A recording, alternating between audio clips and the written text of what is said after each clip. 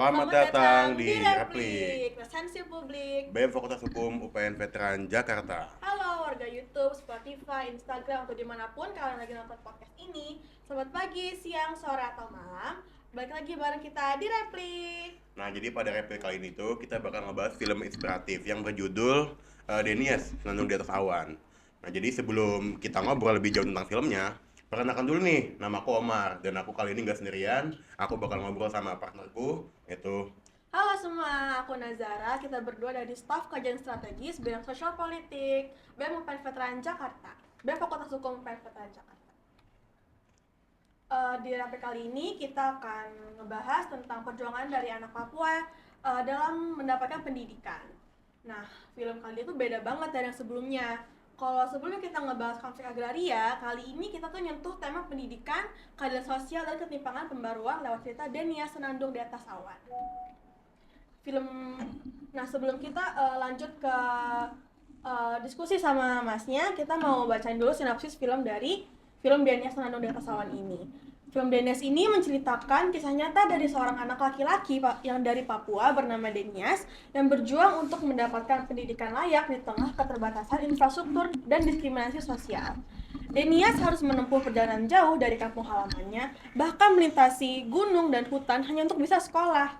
Tapi bukan hanya soal jarak, film ini juga memperlihatkan bagaimana sistem pendidikan dan ketimpangan di daerah pedalaman masih menjadi masalah besar nih di Indonesia. Nah, jadi kali ini tuh kita bakal ngebahas bagaimana perjuangan Denis itu jadi simbol semangat bagi anak-anak khususnya di Papua, di daerah terpencil yang gak pernah menyerah demi masa depan mereka.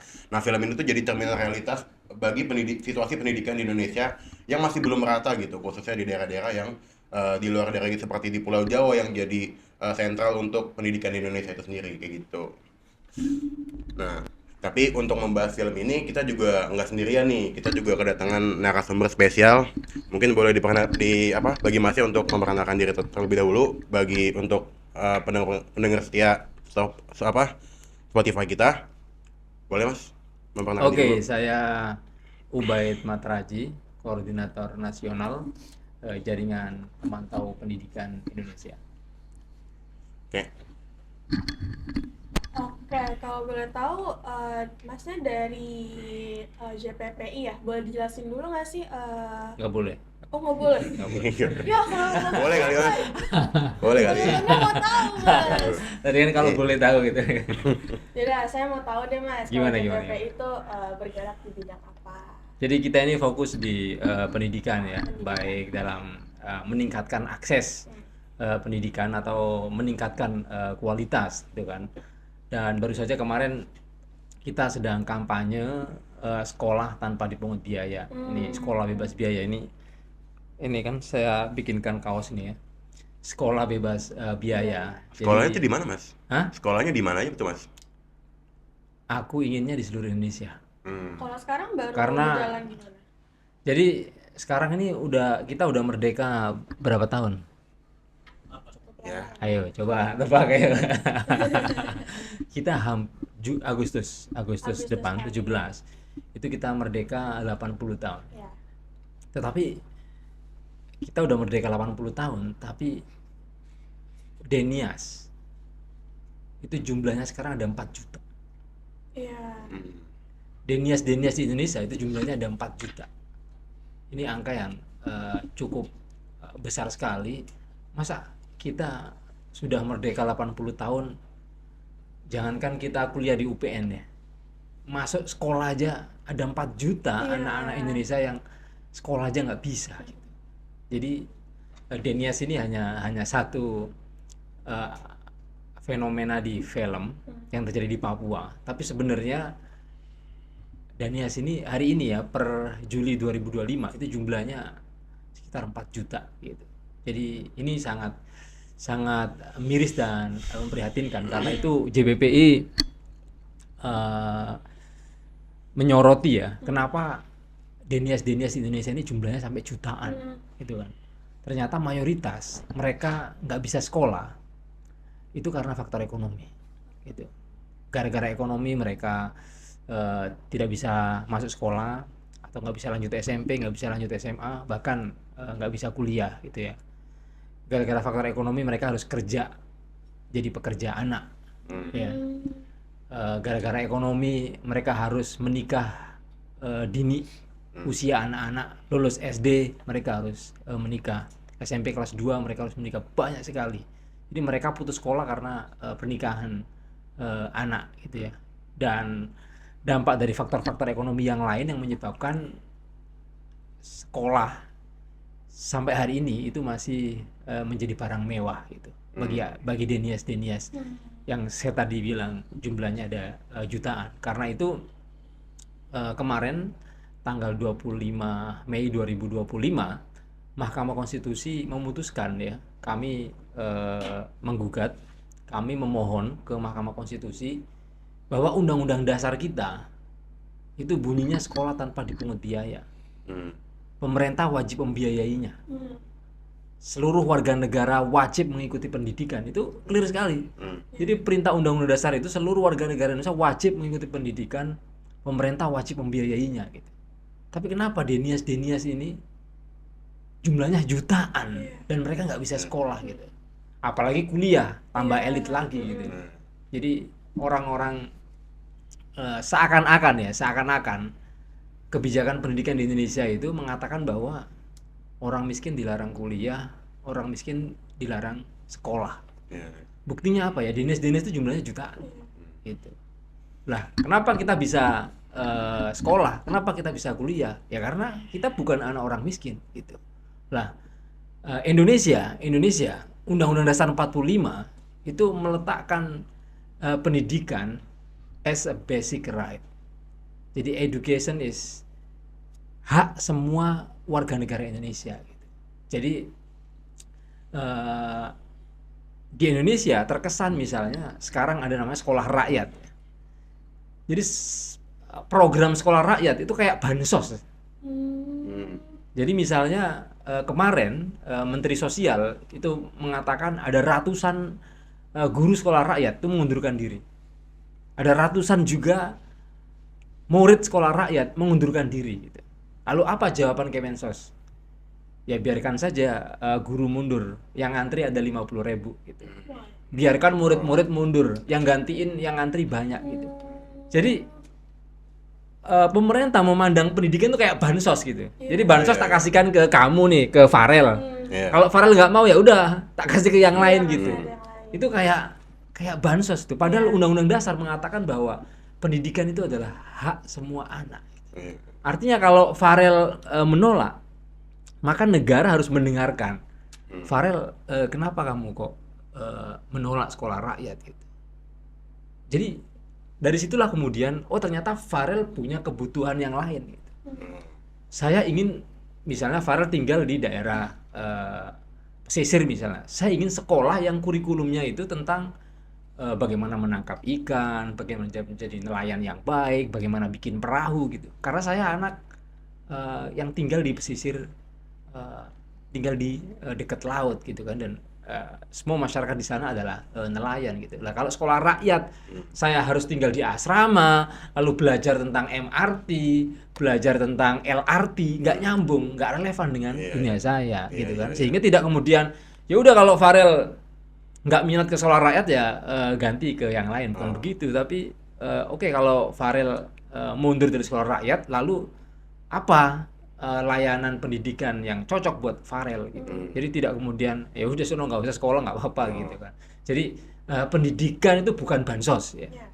Sama seperti itu. Jadi pendidikan itu adalah ya hak dasar semua warga negara gitu. Jadi ketika pendidikan itu hak dasar semua warga negara, maka nggak boleh dikompetisikan. Misalnya sekarang kita masuk sekolah kompetisi nggak? Kemarin masuk sekolah kompetisi nggak? Kompetisi. Lewat apa? Lewat jalur PPDB waktu itu ya?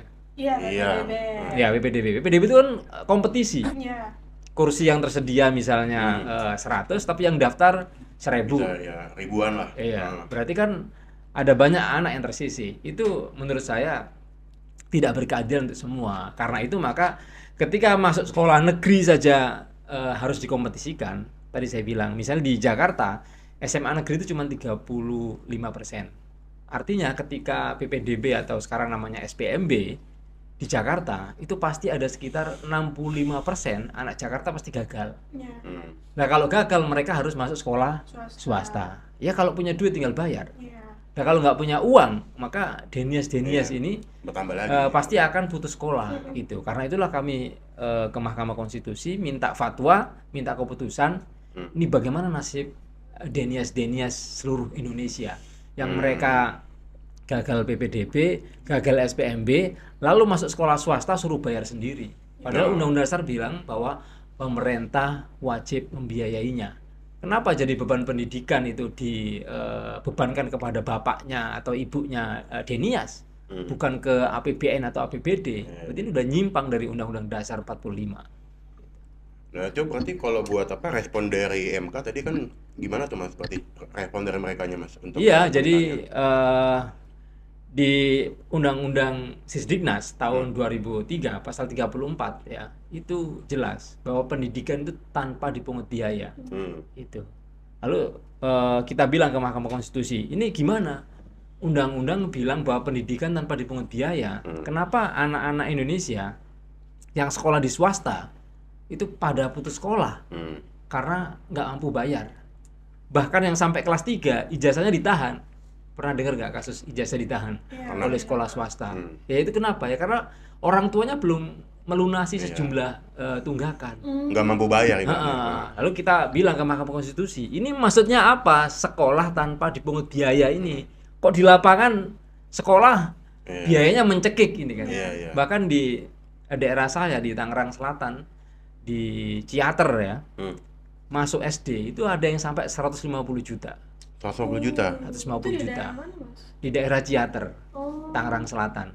Ini sudah bisnis. Iya. Ya, ini sudah komersialisasi pendidikan. Saya pikir ini sudah mengingkari ya amanah Undang-Undang Dasar 45.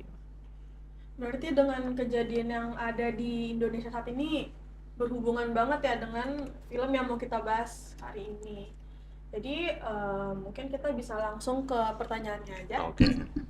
Ya mungkin aku mau nanya nih. Jadi kalau menurut kakak, jadi gimana sih? Apakah menurut masnya apakah pendidikan di Indonesia ini tuh udah memperhatikan daerah-daerah tertinggal gitu? Kayak kita kan ngambil film ini khususnya kayak di Papua, di mana aku ngelihat ada scene juga kayak Denias itu teman-temannya tuh penasaran lah sama kayak daerah-daerah yang ada di Indonesia. Dia belajar tentang kayak daerah-daerah yang ada dari mulai dari Pulau Jawa sampai di pulau-pulau yang ada di daerahnya dia itu di Papua gitu kan. Nah, terus juga aku ngelihat kayak ada scene di mana mereka nih sekolah dan sekolahnya nih hancur gitu ya, mereka sekolah dengan bangunan yang seadanya. Kemudian juga mereka anak-anak itu mempertanyakan gitu di film itu mempertanyakan di Pulau Jawa tuh ada nggak sih kayak dapat seragam gitu, dan jawaban dari gurunya menjawab iya mereka dapat. Berarti ini kan nunjukin kalau bahwa masih ada ketimpangan lah dalam pendidikan di Indonesia. Kayak bahkan untuk sekedar dapat seragam aja mereka nggak dapat kayak gitu. Nah, aku di sini mau nanya untuk pendapat masnya aja, bagaimana tentang kondisi pendidikan di Indonesia seperti ini gitu. Apakah relevan dengan film ini, karena film ini kan juga udah lama ya. Kalau kita lihat itu di tahun 2006. Dan apakah ini film ini masih kondisinya masih sama gitu kayak pendidikan di Indonesia yang sekarang seperti itu sih. Menurut Mas gimana Mas? Mestinya film Denias ini juga memunculkan judul-judul yang lain gitu ya. Misalnya Asep di Bogor gitu. Karena Denias itu tadi saya bilang jumlahnya jutaan. Iya. Karena jutaan tentu nggak hanya di Papua. Bahkan nggak usah jauh-jauh ya, di Jakarta banyak sekali Denias di Jakarta. Di Jakarta itu warga Jakarta banyak sekali yang sekolah di bawah kolong jembatan. Kami ini kan dari jaringan masyarakat sipil ya, jadi banyak sekali kelompok-kelompok masyarakat sipil yang peduli terhadap pendidikan anak di Jakarta. Sekolah di terminal-terminal, anak-anak jalanan itu sekolah di terminal-terminal. Ya kalau hujan ya bubar. Ada yang sekolah di bawah-bawah jembatan, pinggiran-pinggiran kali itu. Kalau airnya pasang ya libur. gitu kan. Bahkan ada banyak sekali di tempat-tempat pembuangan akhir sampah gitu misalnya, mereka bikin komunitas untuk belajar, dan mereka nggak diterima di sekolah negeri di Jakarta, mereka nggak diterima di sekolah-sekolah swasta karena nggak ada biaya gitu. Jadi yang saya ceritakan ini anak Jakarta. Kalau Denias anak Papua, it's too far. Papua jauh sekali. Jakarta itu kan paling 5 menit dari istana. Iya. Paling jauh 1 jam lah dari istana karena macet gitu. Itu yang terjadi. Bahkan dulu PPDB, sekarang SPMB istilahnya, itu kan ada jalur afirmasi. Jalur afirmasi ini kan untuk anak-anak Jakarta yang dari kelompok miskin misalnya. Itu sama. Kenapa mereka masuk jalur afirmasi pun nggak bisa masuk?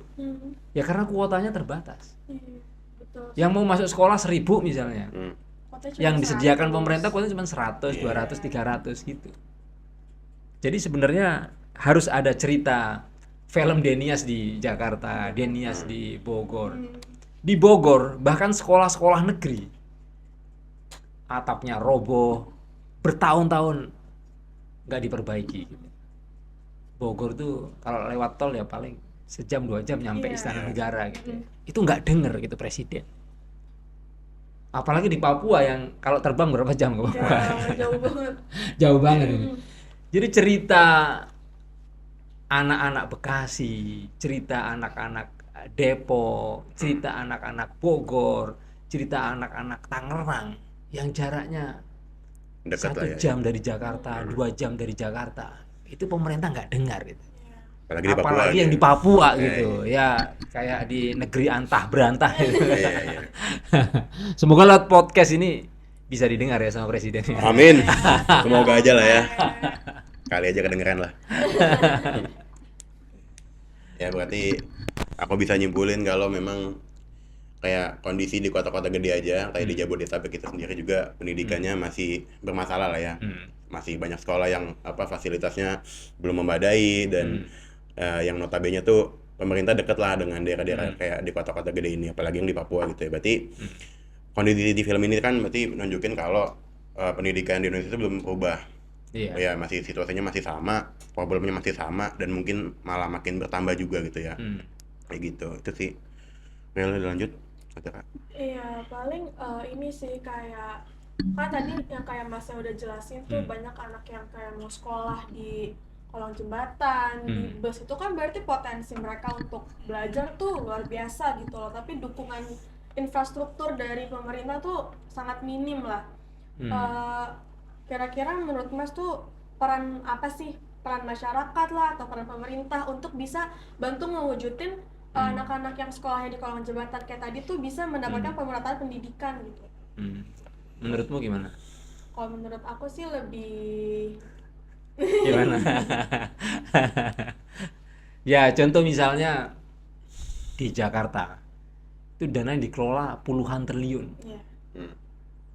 Kalau cuman memberikan fasilitas kepada anak-anak di Jakarta untuk bisa duduk di bangku sekolah, itu apa ya, gampang banget gitu kalau mau. Jadi menjadi masalah itu karena memang nggak mau. Jadi bukan dananya nggak cukup, bukan, tapi memang nggak mau gitu.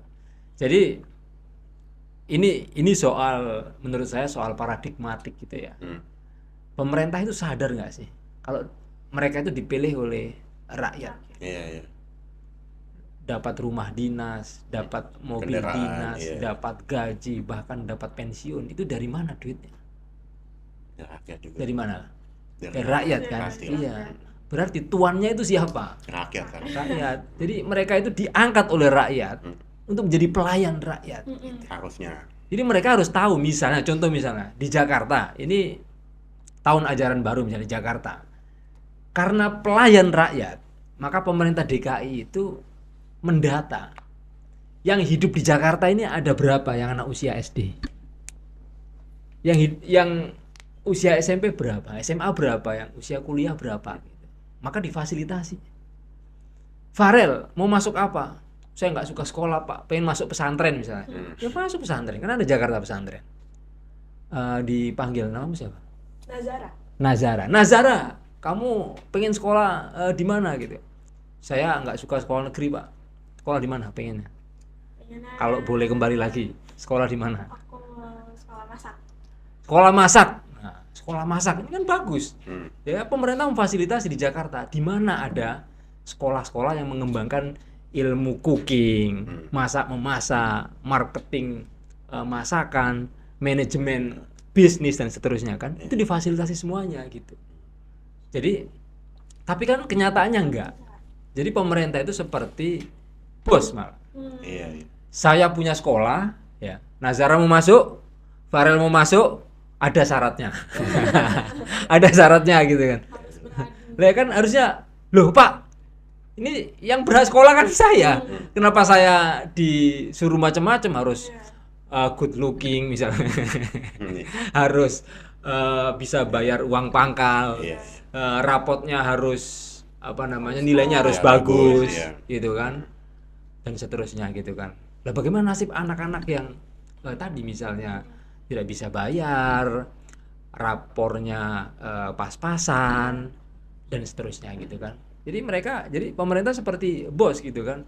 Saya punya sekolah, mau masuk, syaratnya ini gitu. Itu sebuah kesalahan. Karena sekolah itu adalah hak semua anak gitu loh. Jadi kalau ada di Jakarta ada anak jalanan, itu harus difasilitasi pemerintah.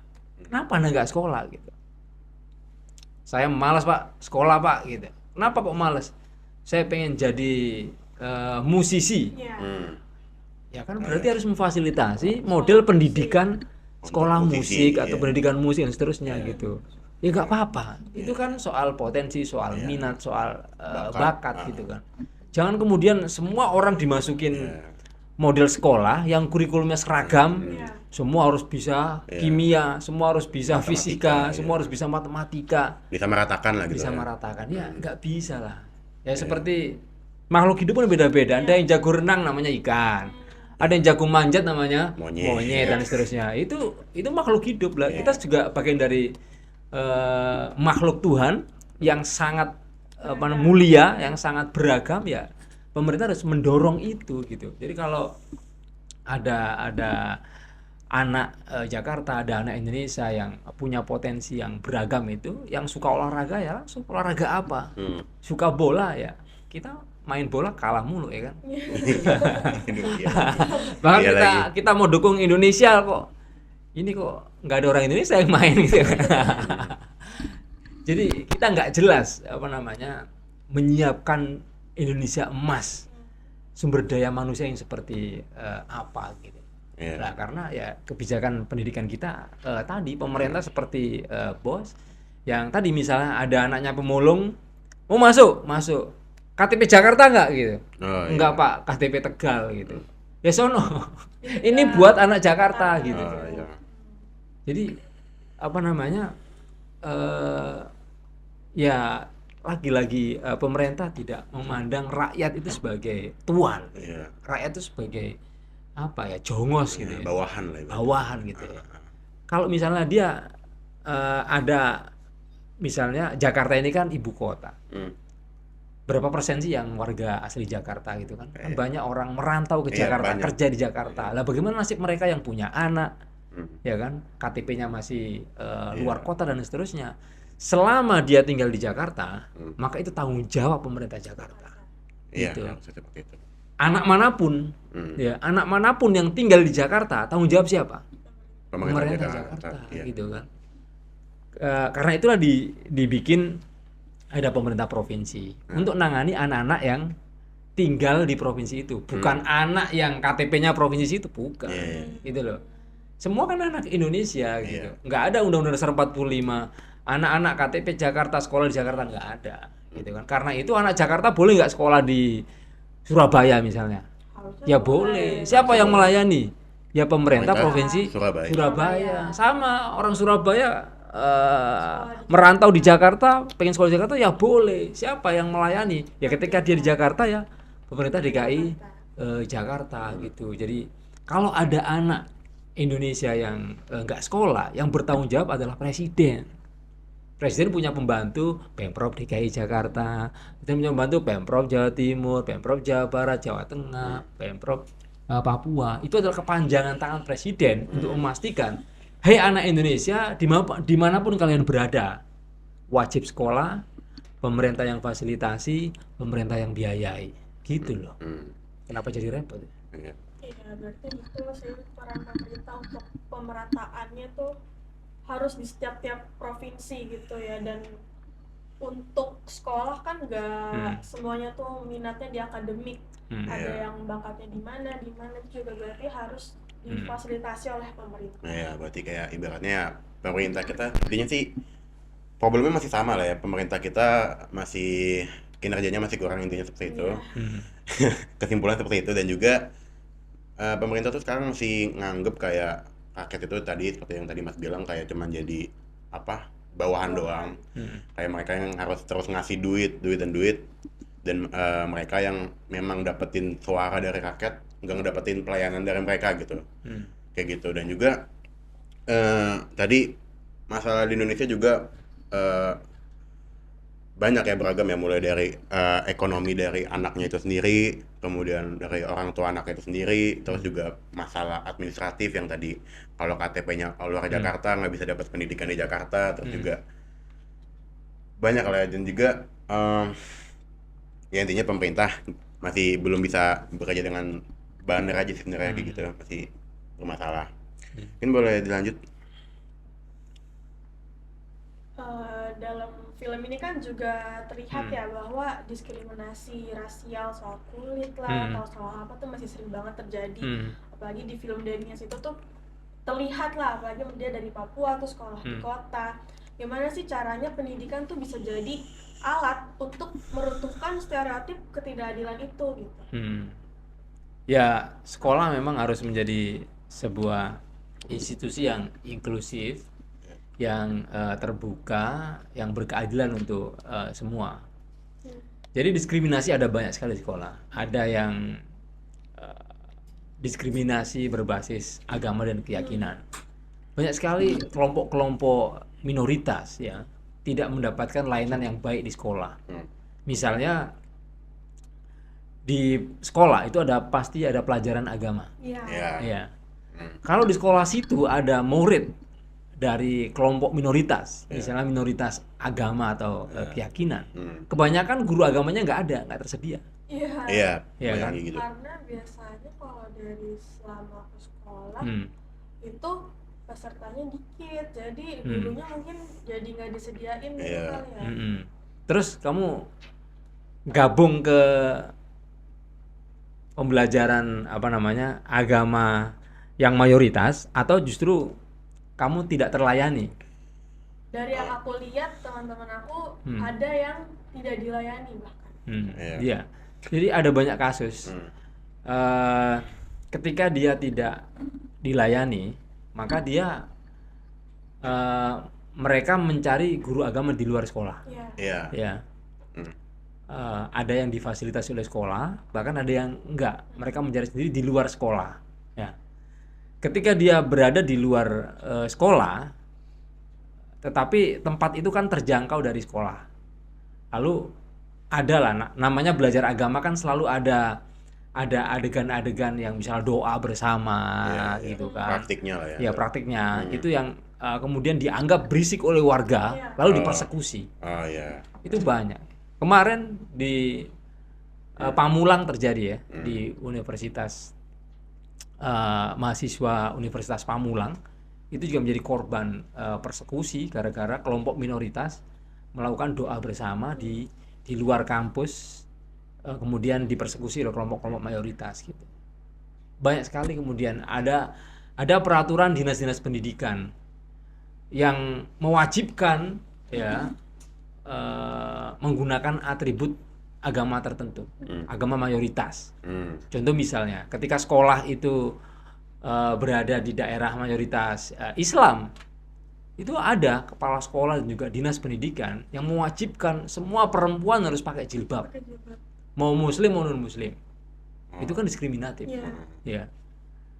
Begitu pula sebaliknya, di daerah yang mayoritas non muslim, itu kepala sekolahnya atau dinasnya itu punya ide seluruh murid perempuan dilarang pakai jilbab. Oke. Gitu. Jadi korbannya selalu minoritas. Ketika muslim menjadi mayoritas, maka korbannya adalah non muslim, minoritas non muslim. Tapi ketika di suatu kabupaten kota yang mayoritasnya itu non muslim, maka korbannya adalah yang muslim itu, yang minoritas itu. Jadi tidak selalu muslim menjadi korban atau non muslim menjadi korban, tetapi korban itu adalah kelompok minoritas. Bisa jadi minoritas muslim di suatu kabupaten kota, bisa juga minoritas non muslim di kabupaten kota. Gak nentu apapun agamanya itu ya. Iya, selama termasuk minoritas bisa jadi. Iya, termasuk beda agama. Bahkan satu agama juga ada sekte-sekte. Misalnya dalam Islam, misalnya ada kelompok namanya Ahmadiyah.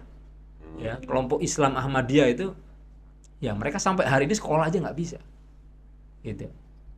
Kemudian ada banyak sempalan-sempalan minoritas-minoritas kecil dari kelompok-kelompok Islam yang alirannya macam-macam itu, yang mereka tidak mendapatkan kesempatan yang sama untuk duduk di bangku sekolah gitu. Jadi kemudian ada soal ras dan juga latar belakang yang lain yang mestinya ya pendidikan itu berkeadilan untuk semua. Ya tadi itu, asal warga negara Indonesia mau Islam, mau Kristen, mau Katolik, mau Hindu, mau Buddha, mau Konghucu, ya semua pemerintah harus melayani semuanya gitu. Mereka ada pelajaran agama, ya guru agama harus sediakan. Gitu. Sediakan untuk siapa ya? Ya sesuai dengan agama dan keyakinannya. Kalau yang Islam ya diajar guru agama Islam. Kalau yang Katolik ya diajar guru agama Katolik dan seterusnya gitu. Itu bagian dari hak mendapatkan layanan pendidikan, hak untuk kebebasan beragama dan berkeyakinan gitu. Dan itu yang menjadi masalah, sehingga ada 3 dosa besar dalam dunia pendidikan, yang salah satunya adalah soal intoleransi. Intoleransi karena perbedaan agama, intoleransi karena perbedaan suku, intoleransi karena banyak hal perbedaan itu. Yang kedua, dosa besar yang kedua adalah soal perundungan, bullying. Dan dosa besar yang ketiga adalah kekerasan seksual atau gender based violence ya, gitu. Jadi sampai hari ini masih menjadi PR besar, dan tidak hanya terjadi di sekolah-sekolah ya, bahkan di kampus-kampus sampai hari ini pun masih setiap bulan atau setiap minggu bahkan selalu ada kasus kekerasan seksual di lingkungan perguruan tinggi. Itu. Berarti kalau tadi kan pendidikan tuh untuk mengatasi ketimpangan dari sisi agama harus ada menyediakan guru sesuai dari agama itu sendiri. Cuman kalau misalnya tadi yang kayak Mas bilang dari bullying dan kekerasan seksual itu, cara mengantisipasinya dari sistem pendidikan itu gimana ya? Ya banyak sesuai dengan problemnya kan. Mulai dari level sistemnya, mulai dari kelembagaannya, kemudian dari perspektifnya. Jadi ada banyak hal yang harus kita urai, lalu kita carikan bagaimana jalan terbaiknya. Contoh misalnya, kenapa kekerasan seksual ya yang tertinggi baik di kampus, di sekolah-sekolah kita itu tertinggi adalah kekerasan seksual ya. Yaitu kenapa kok diulang-ulang dan terus terjadi gitu kan. Ya, pertama pasti persoalan perspektif ya. Bagaimana perspektif atau cara pandang orang-orang di sekitar kampus, orang-orang di sekitar sekolah terkait dengan relasi soal gender equality misalnya. Itu sangat mempengaruhi terhadap perilaku dia ya sebagai mahasiswa, perilaku dia sebagai dosen, perilaku dia sebagai pimpinan sekolah atau pimpinan kampus dan seterusnya. Itu dari sisi cara pandang ya, cara pandang. Ketika perempuan itu dianggap sebagai makhluk yang lemah, ya, bisa dengan mudah untuk diintimidasi, dibungkam, ya kan, bahkan dengan relasi kuasa yang ada, maka kekerasan seksual mayoritas korbannya adalah perempuan. Gitu. Ya karena tadi ada relasi kuasa yang membuat perempuan nggak bisa bersuara gitu. Oke, katakanlah perempuan sudah menjadi korban misalnya, itu untuk bisa bersuara aja susah. Susah banget. Nah, gimana coba orang trauma menjadi korban, apalagi korban kekerasan seksual, itu mau ngomong aja antara saya bisa apa enggak, atau saya bisa diterima atau tidak, saya didengar atau tidak, apakah ini memalukan keluarga saya, itu udah pertimbangan yang udah berlipat-lipat gitu kan. Pikirannya Oke. penuh lah ya, Pi. Iya. Katakanlah kalau sudah memberanikan diri, oke lah, saya atas nama kebenaran misalnya saya akan speak up gitu. Pertanyaannya, speak up ke siapa? Ya. Ngomong kemana? Ngomong kemana? Gitu kan. Kalau saya ngomong, ada nggak yang melindungi saya? Kalau misalnya pelakunya ini adalah orang yang punya kuasa di sekolah, atau orang yang punya kuasa di kampus, gitu. Siapa yang melindungi saya? Itu kan pertanyaan yang sampai hari ini belum ada jawabannya. Ya, belum ada Gitu. solusi. Hal-hal yang semacam itu yang kemudian kekerasan seksual, bullying, kekerasan fisik itu terus terjadi di sekolah, terus terjadi di kampus, yang seakan-akan kita nggak tahu di ujungnya sampai di mana gitu. Padahal sudah ada undang-undang pencegahan kekerasan ya di kampus, peraturan Kementerian Pendidikan untuk pencegahan kekerasan gitu kan. Misalnya di UPN ada nggak Satgas penanggulangan pencegahan kekerasan gitu? Ada. Ya kalau ada baik gitu kan. Pertanyaan selanjutnya, kinerjanya bagaimana? Kinerjanya masih patut ditanyakan. Nah, kan gitu. Berarti kan kalau mau melapor udah tahu nih. Oh, kalau mau melapor ke Satgas PPK gitu kan. Tapi coba diteliti. Selama 1 tahun misalnya, ada berapa laporan yang masuk ke Satgas PPK? Ada berapa laporan yang ditindaklanjuti? Ada berapa laporan yang sampai memberikan sanksi kepada pelaku? Ada berapa laporan yang pelapornya diintimidasi lalu laporannya dicabut? Ada berapa laporan yang korbannya itu sudah dipulihkan gitu? Gelap. Gelap gitu. Ya. Di mana-mana gitu, bahkan di kampus-kampus besar di Indonesia gitu kan. Lah, inilah kemudian pentingnya soal perspektif tadi. Ketika perspektif kita sudah apa namanya, gender balance, gender responsif, gender transformatif, maka akan menyesuaikan sesuai dengan posisinya. Kalau misalnya kita punya perspektif yang bagus tentang keadilan gender misalnya, lalu dia menjadi pimpinan kampus, maka dia bikin peraturan yang melindungi semua mahasiswa, mau laki-laki mau perempuan gitu.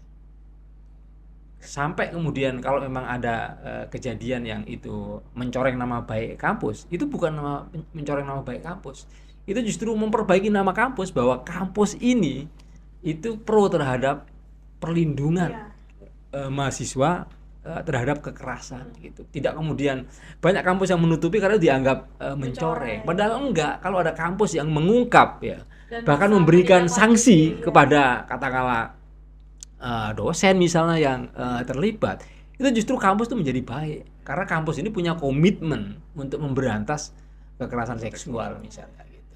Tapi kan kemudian tidak banyak itu disadari oleh kampus dan dilakukan oleh pimpinan kampus gitu. Lah, itu juga terjadi di sekolah, sehingga dalam survei indeks layanan pendidikan, salah satu indikator yang paling buruk di sektor pendidikan kita adalah soal safety learning environment, soal keamanan di kampus, soal keamanan di sekolah gitu kan. Lah, ketika keamanan di kampus, keamanan di sekolah itu dipertanyakan atau keamanannya buruk, maka bagaimana anak-anak bisa enjoy belajar di sekolah? Bagaimana mahasiswa bisa enjoy belajar di kampus? Orang dia nggak aman. Ya, gitu. Jadi di sekolah ada banyak predator seksual, di kampus-kampus juga ada banyak Iya. predator seksual gitu. Gimana kira-kira? Susah sih ya kalau misalnya kayak kita juga untuk ngasih masukan, karena sebenarnya udah banyak ditentang juga kan. Cuman kayak sampai saat ini memang susah sekali untuk mendapatkan keamanan di manapun, entah di kampus, entah di luar lingkungan kampus, dan itu emang perlu harus ditindaklanjuti. Jadi kami banget sih. Dari JBPI sering kali mendampingi anak-anak, baik anak-anak usia sekolah maupun anak-anak kuliah, mahasiswa, korban kekerasan seksual. Bahkan sampai kita dampingin ke penegak hukum. Banyak sekali di antara mereka yang nggak berani melanjutkan perkaranya. Kenapa? Karena diintimidasi. Iya. Saya bawa ke kantor polisi. Sudah janjian, sudah ketemuan dengan penegak hukum. Itu saya ditelepon dari pihak keluarga sudah mencabut laporan. Kenapa? Takut. Telusur, ya mereka dipersekusi, diintimidasi. Mereka dipanggil pimpinan sekolah, mereka dipanggil kepala desa, mereka dipanggil Pak RW, Pak RT gitu. Yang intinya berat sekali mengungkap kasus-kasus semacam itu. Berarti ini sih kasus yang sekarang terjadi pun masih relevan banget dengan film Denias yang dia ada scene dia ada kekerasan bullying dari teman-temannya karena dia pindah ke sekolah yang di kota itu. Sampai sekarang memang masih sering terjadi sih kayak tindak intimidasi dari penguasa, apalagi yang mengintimidasi Denias itu anaknya siapa? Anak itu Kepala Noel, desa, kepala desanya. Kepala desa itu yang kayak dia merasa berkuasa karena dia anak dari yang punya berkuasa jabatan, lah, punya jabatan, punya koneksi. Iya sih. Dan orang tuanya juga, bapaknya si Denis itu bilang, udah jangan nyari lawan sama anak ini gitu. Ibaratnya kayak nanti entah kayak dikutuk atau aku lupa bahasanya, tapi pokoknya ntar takut takut dapat hukuman lah dari kepala desa kayak gitu. Dan juga aku mau nanya juga sebenarnya gimana tentang apa ya? Saya balik lagi kan, tadi kan yang seperti yang Mas udah jelasin kalau pendidikan di Indonesia ini kan masih bermasalah, mulai dari pemerintahnya yang belum bisa ngejalanin tugasnya dengan benar. Tapi aku mau nanya juga dari apa ya, gimana pendidikan ini bisa kayak benar-benar memberikan hasil atau dampak yang baik bagi anak-anaknya kayak gitu. Jadi kan kayak dalam scene di film ini juga itu menunjukkan scene di mana kayak ayahnya Denis ini kayak meremehkan pendidikan lah. Kayak berdasarkan dari kayak di daerah Papua ini kan, mereka kan daerah yang emang daerah terpencil seperti itu. Kemudian yang mereka tahu dalam kehidupan mereka itu mostly ya untuk bertahan hidup. Mereka nyari makanan, mereka bikin bangunan, kayak gitu. Dan kemudian ketika pendidikan ini hadir ke kehidupan mereka dari orang-orang yang mungkin dari kayak di Pulau Jawa, kayak gitu, yang sebagai kota yang memang ya secara pendidikan walaupun masih banyak kekurangannya seperti yang tadi Mas udah bilang, itu masih ada yang bagus lah gitu.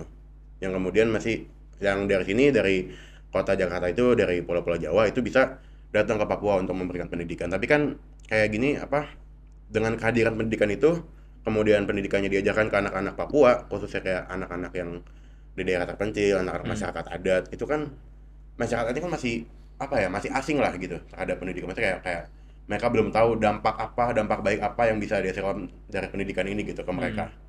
Nah itu bagaimana sih solusinya kayak gitu supaya untuk masyarakat adat ini, khususnya mungkin bukan untuk di Papua aja ya, tapi di daerah manapun itu, untuk bisa menerima pendidikan, kayak menjadikan pendidikan itu sebagai prioritas, bukan cuman kayak ya udahlah dapat pendidikan, at least gue bisa baca, at least gue bisa ngitung kayak gitu.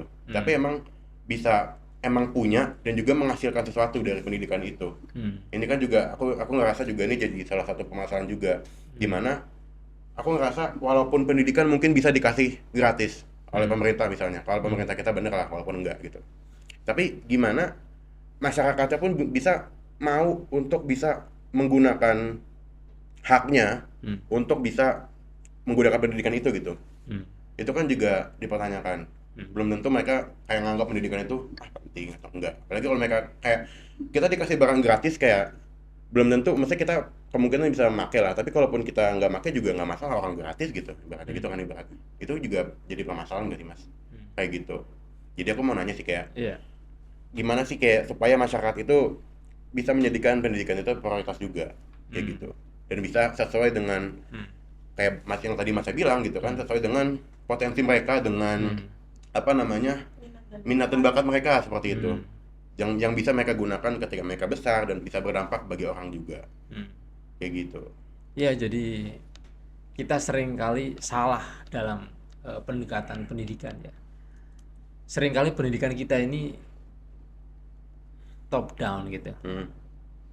Jadi kayak misalnya kamu mau sekolah rakyat, masuk sekolah rakyat, ini modelnya sistemnya berasrama, nanti harus 24 hour schedule yang sangat ketat.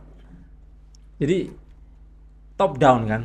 Ini pemerintah gue bikin sekolah, lo harus ini, harus itu, harus ono gitu. Tapi pemerintah lupa bahwa ya tadi mereka itu kan harus melayani. Karena harus melayani, ya tugas pemerintah itu juga mendengarkan bosnya gitu. Kan nggak mungkin misalnya bosku Mas Farel lalu saya kasih kopi pahit gitu. Emang suka kopi pahit gitu kan? Jadi kan harusnya Mas Farel ini sukanya apa gitu. Kalau mau minum sukanya apa gitu. Sukanya apa Mas Farel? Kayaknya mas. Sukanya apa kok ketawa? Oh, ya apaan aja lah, kopi suka americano tuh. Americano ya. Americano yang hot apa yang es? Biasa es sih. Warna hitam. Iya, berarti kan saya karena pelayan Mas Farel, saya bikinkan americano yang dingin. Ya. Sesuai dengan kebutuhan. Iya. Terus ketika saya hidangkan, kira-kira diminum nggak? Minum. Karena sesuai dengan keinginan kan. Iya. Gitu. Lain ceritanya kalau saya kasih espresso ya. Espresso apaan, kopi apaan gitu. Karena nggak butuh gitu loh. Mas Farel gratis loh espresso ini. Iya. Ya kalau gratis terus aku nggak suka, kenapa emang? Iya. Gitu. Karena itu orang Jakarta jangan sok pinter. Gitu loh. Pemerintah jangan sok pinter gitu loh. Meskipun profesor doktor, meskipun gelarnya setinggi langit, itu jangan sok pinter. Karena kalian itu ya tadi itu harus melayani masyarakat gitu. Orang yang tinggal di sekitaran hutan ya, itu pengen sekolah apa? Kalau pengen pendidikan itu pendidikan apa? Kok anak di sekolah di pinggiran hutan atau di daerah perbatasan, kenapa kok banyak yang nggak sekolah? Kalian pengennya apa yang ingin dikembangkan dari apa yang Anda impikan, kalian imajinasikan itu apa yang bisa difasilitasi negara gitu. Ya tadi kan misalnya saya ingin apa tadi, keinginan kamu tadi? Oh, kopi. Bukan kopi. Yang bakat tadi loh, bakat. Oh, iya. Oh, aku kan masak Iya. tadi. Oh ya, masak gitu kan. Oh, kalau aku pengen sekolahnya misalnya Bola tadi, bola tadi, olahraga tuh ya. apa namanya gue deh. Iya. Soalnya bingung juga Kayak nih. misalnya dia tinggal di hutan misalnya. Sehari-hari dia memanfaatkan apa namanya? Ada kayu di situ, ada hewan-hewan di situ, lalu ada tanaman di situ, ada perkebunan kopi di situ, ada perkebunan karet di situ dan seterusnya. Ya, mereka harus difasilitasi untuk mendapatkan pendidikan tentang seputar itu ya gitu. Jadi tidak kemudian ngomong hal yang lain membuat dia nggak tertarik gitu. Misalnya yang tinggal di hutan misalnya, apa manfaatnya pelajaran katakanlah yang tidak relevan dengan dunia dia gitu ya, dia nggak tertarik. Karena itu menjadi sangat penting. Pendidikan itu adalah konsep pendidikan. Sebelum pemerintah merumuskan pendidikan itu, pemerintah harus ya tadi listening people. Iya, dengerin dulu. Listening people. Maunya apa gitu. Kebutuhannya. Jangan mendengarkan konsultan ya. Konsultan itu menyesatkan. Kenapa? Karena dia nggak mendengarkan rakyat gitu. Jadi konsultan itu kan kerjaannya wah ini di Cambridge Curriculum misalnya. Cambridge Curriculum is very good. Ini nanti literasi, numerasi dan seterusnya gitu. Cambridge Curriculum ya pasti bagus. Mungkin bagi Cambridge gitu loh. Tapi bagi orang Papua ya opo iki Cambridge ini. Asing lah ya. Jadi mungkin Cambridge Curriculum dibikin oleh pemerintah sana misalnya dengan mendengarkan masyarakat yang di sana. Kebutuhannya itu gitu. Karena itu kita harus menciptakan kurikulum lokal ya, kurikulum lokal yang berdasarkan ya tadi suara-suara yang selama ini tidak didengarkan oleh pemerintah gitu. Jadi jangan kemudian orang-orang Jakarta ini sok pinter gitu, atau mahasiswa Jakarta ini yang KKN ke kampung-kampung sok pinter gitu kan. Lalu bilang masyarakat ini itu nggak begitu teorinya gitu. Yang benar adalah kita listening people ya. Kita dengarkan orang kampung itu, misalnya KKN ya. Kan misi KKN kan pengabdian masyarakat, ada nuansa edukasi juga kan, ada pendidikan juga. Sebelum kita turun ke sana, itu kita listening people di sana. Pengennya apa gitu. Wah, sini Pak. Di sini itu orang punya kebun kopi, semua rumah punya kebun kopi gitu. Semua orang jago-jago lah bertanam kopi gitu. Tapi di sini kenapa harga kopi murah? Orang di sini miskin-miskin semua. Gitu. Kita sampai biaya makan saja anak-anak kampung sini banyak yang stunting. Gitu. Tapi mereka punya kebun kopi yang luas. Ya, tapi mereka nggak bisa jualan kopi. Ini kan listening people. Oh, orang sini nggak perlu diajarin skill nanam kopi, udah jago-jago gitu. Yang dibutuhkan apa? Kira-kira packaging kopi, branding kopi, jualan kopi, membuka market kopi, bagaimana mungkin kopinya menembus internasional, ekspor gitu kan. Itu yang dibutuhkan gitu. Tidak kemudian kalian datang dengan kurikulum cara menanam kopi, udah tahu mereka. Cara hidup sehat bertanam kopi, ya mungkin mereka sudah tahu. Jadi kesalahan kurikulum kita ini kan semua by design Jakarta, lalu membayangkan itu orang-orang atau anak-anak itu seperti anak Jakarta gitu.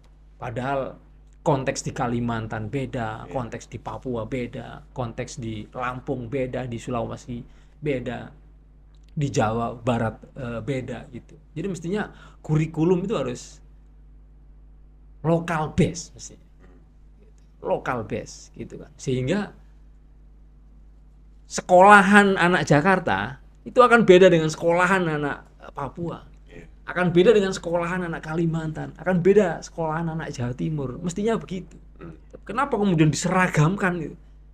Itu saya pikir sebuah kesalahan yang diterus-teruskan gitu. Sehingga orang tidak tertarik sekolah tadi ya. Karena tidak relevan. Buat apa sekolah? Buat apa? Tidak menjawab kebutuhan itu. Sehingga anak sekolah bolos gitu ya. Dulu suka bolos enggak? Enggak ya. Dulu kadang sih. Kadang-kadang. Nah, Sarah suka bolos enggak? Sering dia mah.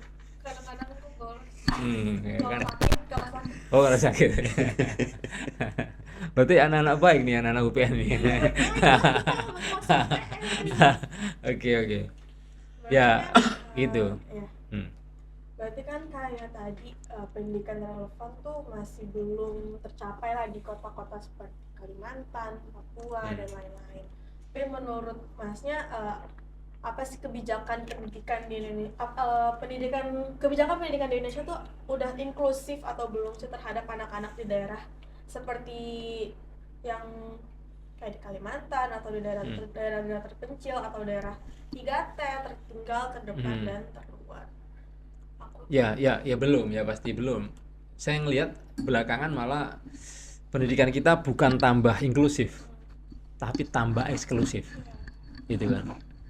Sekarang misalnya kalau ada keluarga miskin itu sekarang didatangin sama pemerintah. Anda miskin, Nazara, Farel, Anda miskin, masuk sekolah rakyat. Sekolah rakyat gitu. Jadi anak miskin suruh masuk sekolah rakyat gitu. Jadi sekolah rakyat itu isinya orang-orang miskin. Anda bisa bayangin kalau Anda sekolah di sekolah rakyat, lalu kuliah di UPN, lalu nongkrong sama saya gitu. Yang saya sekolah di sekolah Garuda, sekolah unggulan gitu. Padahal lulusan mana? Sekolah rakyat, Pak. Ya. Ya. Ya. Orang anak-anak miskin. Sorry kita nggak level, bisa nggak pindah meja? Emang kenapa Pak? Di sini anak Garuda, anak-anak unggulan. Mohon maaf nih yang sekolah rakyat sebelah sana aja. Perasaanmu gimana? Perasaanmu gimana? Ya. Seandainya kamu Oh, ya. kamu dibully gara-gara beda status sekolah gitu. Beda status sekolah. Malu Ya, sih. kemungkinan. Iya. Jadi anak-anak yang di sekolah Garuda itu terstigmatisasi. Iya, iya. Belum apa-apa itu, baru nongkrong. Baru Gua nongkrong. mulai kuliah. Baru nongkrong aja udah terdiskriminasi gitu. Apalagi nanti apa namanya, anak-anak Garuda masuk UPN bawa mobil, anak-anak jebolan sekolah rakyat jalan kaki, ini bisa ditabrak ente. Jadi mestinya kok ketawa? Mestinya sekolah itu ya untuk semua gitu ya. Jadi mau anak Indonesia, mau anaknya orang kaya, mau anaknya orang miskin, masuk sekolah negeri dimanapun yang kalian mau inginkan gitu. Kalau sekolah negeri nggak cukup, ya nggak apa-apa masuk sekolah swasta, pemerintah akan bayari gitu. Jadi masuk mana, alumni mana, SMA Negeri 1 Surabaya gitu, wah sama SMA Negeri 1 Jakarta gitu, cuma SMA Negeri 1 Tegal gitu, selevel semua anak gitu, nggak ada yang mohon maaf sekolah rakyat saya gitu. Ini nanti ketua apa namanya, presiden BEM, nanti jangan-jangan muncul kriteria tuh, presiden BEM harus alumnus sekolah unggulan gitu. Alumnus sekolah rakyat jadi ketua kelas saja gitu. Jadi saya melihat justru tambah eksklusif gitu, dan menurut saya kalau sekolah ini tambah eksklusif ya tambah tidak baik gitu. Ya kita kembali ke era kolonial gitu.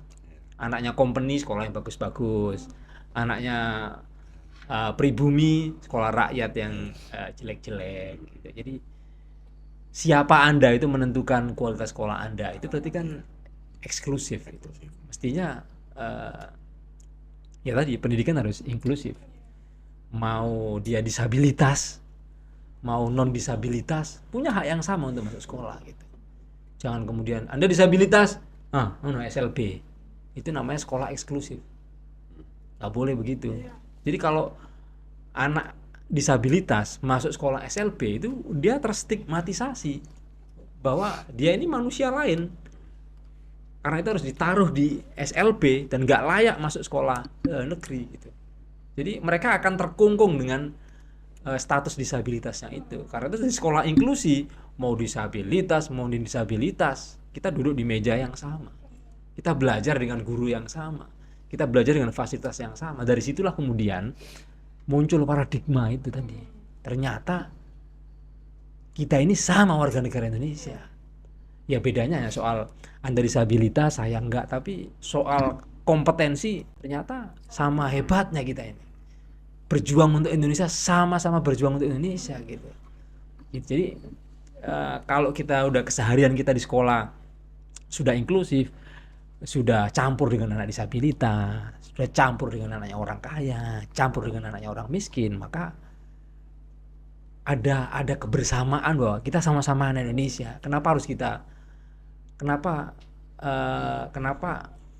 orang tidak saling peduli gitu ya? Maka kemudian yang punya kelebihan uang akan membantu, punya empati kepada temannya yang masih miskin. Ada anak-anak yang punya kelemahan tertentu saling membantu gitu ya. Itu yang disebut sebagai keragaman, sebagai rahmat itu. Semua agama kan bilang bahwa keragaman, kebinekaan itulah rahmat dari Tuhan gitu. Tidak kemudian atas nama keragaman itu kemudian orang hidup harus eksklusif sesuai dengan keragaman itu, lalu satu sama lain saling menjatuhkan, saling membuli. Bukan, itu azab namanya, bukan rahmat.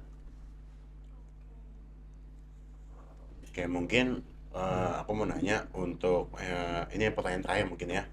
Jadi setelah Mungkin ya, berarti nanti bisa ada lagi. mungkin bisa aja, boleh aja. Jadi aku mau nanya aja bagaimana apa ya, pesan masnya untuk kepada pendengar setia Spotify podcast ini tentang betapa pentingnya hak atas pendidikan bagi seluruh anak Indonesia gitu, seperti itu. Ya, jadi para pendiri bangsa Indonesia itu sudah memikirkan jauh-jauh hari ya gitu. Kenapa kita harus merdeka? Kenapa kita Itu pertanyaan reflektif untuk kita semua. Kenapa para pendiri bangsa, para pejuang bangsa Indonesia mati-matian harus bercucuran darah? Oh, karena ini Agustus ya. Iya, pas banget nih. Karena Agustus. Besok udah Agustus. Ya, kenapa kita harus merdeka gitu loh? Kenapa kita harus merdeka gitu? Kan enak kita dijajah Belanda ya kan? Jalanan bagus, kualitas jembatan bagus, bangunan-bangunan bagus. Itu istana negara karya Belanda itu sampai hari ini belum rusak-rusak itu. Kalau bangunan PUPR setiap tahun itu perbaikan. Jadi tapi para pendiri bangsa kita itu ambil kesimpulan, kita lawan Belanda. Kita usir pemerintah kolonial. Kita usir penjajah dari bumi Indonesia. Ya kenapa? Ya salah satunya ya adalah dia punya imajinasi bahwa salah satu hal utama Indonesia harus merdeka adalah tujuannya ya untuk mencerdaskan kehidupan bangsa. Kalau masyarakat Indonesia cerdas, ya nggak bisa dijajah, nggak bisa dibohongi. Gitu. Lah salah satu usaha untuk mencerdaskan kehidupan bangsa adalah melalui sektor pendidikan ini, gitu. Supaya tahu mana yang baik, mana yang berkeadilan, mana yang diskriminatif, mana penjajahan, mana kemerdekaan, mana berdaulat, mana bermartabat, mana berintegritas. Itu kalau manusia Indonesia sudah cerdas, sudah merdeka, sudah mandiri, bisa berdaulat, ya Indonesia akan menjadi seperti dalam lagu Indonesia Raya, Indonesia besar, gitu kan. Tidak kemudian kita tergantung. Kenapa kita dijajah? Karena kita tergantung. Karena kita bodoh gitu kan. Gitu. Lah kalau kita sudah mandiri, berdikari, berdaulat, sudah merdeka, maka semua soal ekonomi kita yang atur sendiri. Soal sumber daya alam kita kelola sendiri, kita atur sendiri gitu. Jangan kemudian kita punya emas ya dijarah oleh negara lain. Kita punya nikel dijarah oleh negara lain. Kita punya batu bara dijarah oleh negara lain gitu. Jadi jangan-jangan refleksi 80 tahun Indonesia merdeka ini, Indonesia merdeka hanya status gitu. Formalitas. Tapi ekonomi kita dijajah. Ya, secara politik kita masih terjajah. Secara sosial, budaya kita masih terjajah. Soal perdagangan kita terjajah gitu. Nah, dari situlah kemudian ini semua bisa terjadi ya karena sumber daya manusia kita kualitasnya masih sangat rendah gitu. Kita punya potensi sumber daya alam ya kan, tapi kalau sumber daya manusianya bodoh-bodoh ya dibodohin sama orang gitu. Sama dengan negara-negara tetangga kita, sumber daya alam aja nggak punya. Tapi kalau manusianya berkualitas, ya dia bisa manfaatkan negara-negara lain di sekitarnya untuk memperkaya, untuk memajukan negaranya. Lah kita ini kan sumber daya alam melimpah, sumber daya manusia juga termasuk negara terbesar dengan jumlah penduduk ya di dunia. Ini potensi yang luar biasa. Lah 2045 yang katanya Indonesia emas. Kalau anak-anak Indonesia melempem, tahu melempem ya? Tidak berkualitas. melempem itu kayak kerupuk kena air itu. Kayak kerupuk kena air itu ya. Ya kita akan mengulang lagi ya. Lah salah satu data yang memprihatinkan juga integritas sektor pendidikan ini juga sangat buruk sekali ya. Semakin tinggi jenjang pendidikan, integritasnya tambah buruk. Contoh misalnya anak-anak SD itu integritasnya bagus. Begitu masuk SMP tambah melorot, begitu masuk SMA tambah melorot, begitu masuk perguruan tinggi itu tambah merosot integritasnya gitu. Itu hasil survei tiap tahun yang dirilis survei penilaian integritas oleh Komisi Pemberantasan Korupsi. Artinya kalau kampus-kampus di Indonesia melahirkan guru besar yang tidak berintegritas, melahirkan sarjana-sarjana yang tidak berintegritas, yang terjadi hari ini. Berapa banyak guru besar Indonesia yang dicabut gelarnya gara-gara plagiarisme, ya, gara-gara pelacuran intelektual, gara-gara melakukan kebohongan gitu. Dan saya pikir ini bahaya. Kita harus putus generasi yang semacam ini, karena itu anak-anak Indonesia yang sedang di SD hari ini itu calon-calon pemimpin Indonesia gitu. Tapi kalau mereka SD menjadi manusia yang berintegritas, masuk SMP tambah kuat integritasnya, SMA tambah kuat, sampai masuk UPN tambah kuat, lalu jadi presiden, ya presiden yang berintegritas kuat. Jadi menteri yang berintegritas kuat gitu. Jangan seperti hari ini gitu kan. Ketika menjadi sangat pintar tapi tidak berintegritas, jadi DPR korupsi, jadi hakim korupsi, jadi menteri korupsi dan seterusnya gitu.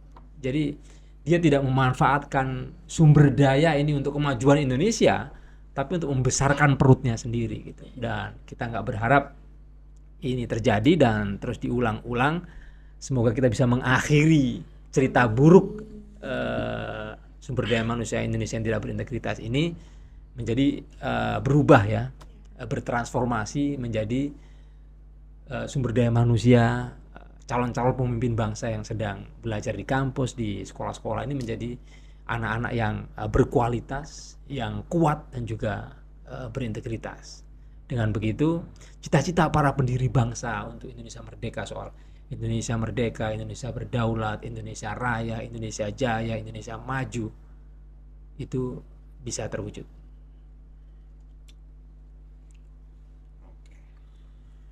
Seru banget dah, kita udah bahas semuanya tadi soal film Danias. Aku sampai nangis tadi karena ketawa juga saking serunya. Tapi dari film ini kita bisa belajar bahwa mimpi itu sebenarnya nggak sebatas soal tempat atau kondisi atau status sosial, tapi juga soal tekad dan dukungan dari lingkungan kita masing-masing. Dan juga semoga diskusi kita pada hari ini yang ngebahas film Danias di Papua dan juga mengenai kondisi permasalahan sistem pendidikan di Indonesia. Semoga kondisi sistem pendidikan di Indonesia bisa menjadi lebih baik. Amin. Amin.